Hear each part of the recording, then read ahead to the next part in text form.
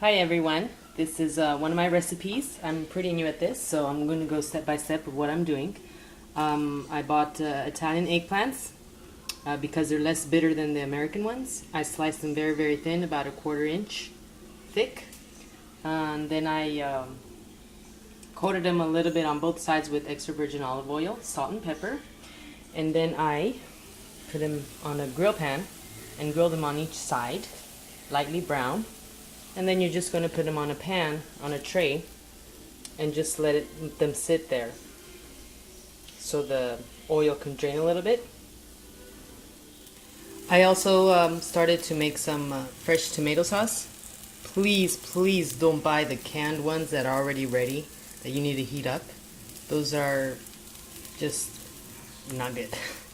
Try making your own. All you need is some canned tomato sauce, if you don't want to go the harder way.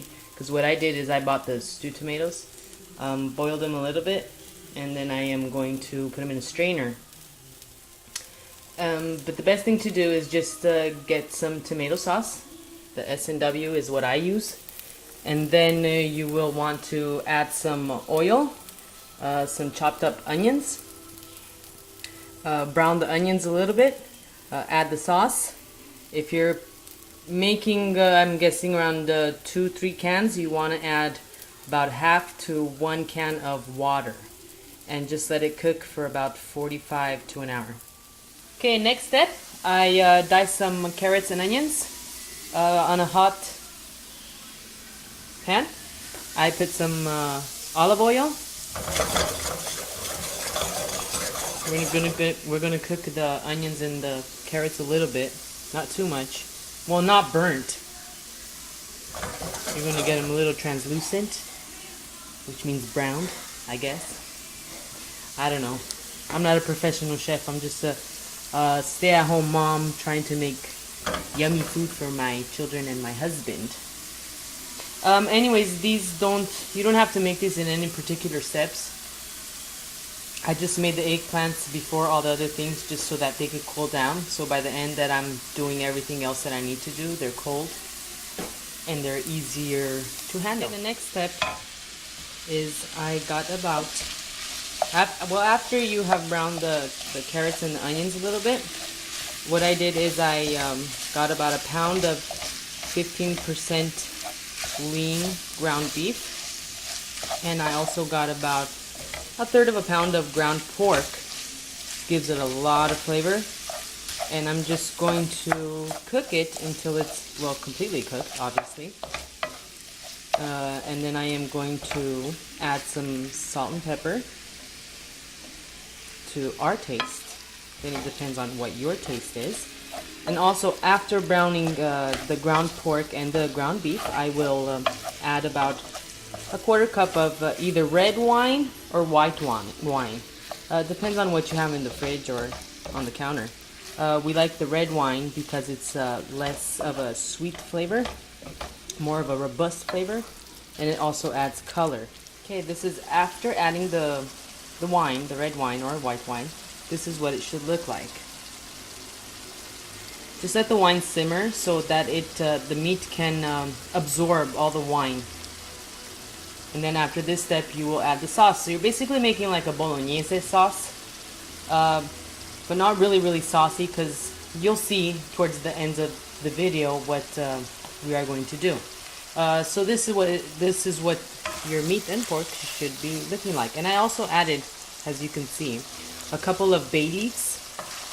Gives it a lot of flavor.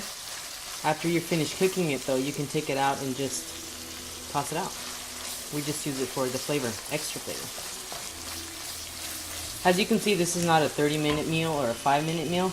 This is more like an hour and a half, 2-hour prepping time. But in the end, it's totally worth it. You will enjoy it. Your family will enjoy it. Very, very nice. Okay, next step, I added about half of the sauce that I made to the meat so that the meat can absorb the sauce flavor and the sauce can absorb the meat flavor. We're going to have it simmer for about a half hour and just taste, season to your taste, salt. And that's about it. Cover it if it starts bubbling, or else it's going to make a mess. That's about it. Next you're going to bring some water to a boil, salted water to a boil, and just toss in the pasta and let it cook for, it depends on the pasta you're throwing in there. You could either use penne, not too big. You could also use some fettuccine or some thick spaghetti. Don't cook it very like mushy, because what's going to happen is after everything's completed, you are going to put it in a pan and it will finish cooking underneath the oven. So you want something more or less al dente, which means not cooked all the way through. It has to remain on the hard side, not too hard, between hard and soft. Okay, so at this point, the pasta is al dente and I have drained it and brought it back to the pan. I added a little bit of olive oil, toss it up a little bit, and what you are going to do, this is what your bolognese sauce is supposed to look like. You are going to put this into this. Mix it all together. Mix it good. That's it. Don't add any extra sauce. This is the extra sauce, and you will have this for after, when your plate will be served. Then what I did here is I went to Trader Joe's and I bought some fresh mozzarella. Not the hard one though. This is a little bit on the wet side. And I also bought some smoked mozzarella cheese, and I'm grating some fresh Parmigiano cheese. This is all, well obviously I chopped half of those because I don't need a lot. I'm going to combine these two mozzarellas with the Parmigiano cheese. I'm going to let the pasta and the sauce cool down a little bit, because what's going to happen if you add the mozzarella cheese to the hot pasta, it's going to melt. And when you are going to reverse it to the bigger pan to put underneath the oven, it's going to melt and it's going to get very sticky and messy. You don't want that. So let the pasta and the sauce cool down after you mixed it, and then you're going to add this. You don't have to let it cool down to be really cold, just like. Okay, so the next step is that I got a pan for the oven, and I aligned the pan with the eggplant on the bottom and on the sides of the pan, as you can see. Then I added half of the pasta that I mixed with the bolognese sauce, and then right in the middle I put the mozzarella with the Parmesan cheese. And what I'm going to do with the rest of the pasta, I'm going to top all of this, and then the next step is the final look before it goes in the oven. So what I did is the eggplants that were overlapping on this side, I pushed them all to the center, and then with the extra ones I just finished covering them. I added a little bit of olive oil on the top with Parmesan cheese and a little bit of pepper. What I'm going to do now is I'm going to refrigerate this, because I'm going to actually cook this for tomorrow, which is Sunday. Today's Saturday. And I'm going to put it in the oven at 350 degrees, covered with tin foil, for about a half hour. And then I'm going to uncover it and leave it under the oven for about another 15 to 20 minutes. I'm going to plate it, and then I'm going to put a little bit of the extra sauce that you have already prepared.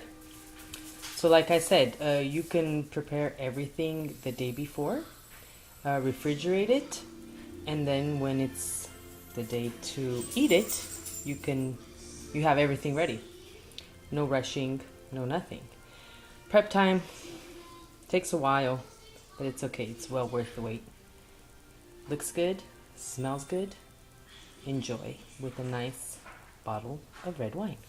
Buon appetito. Ciao.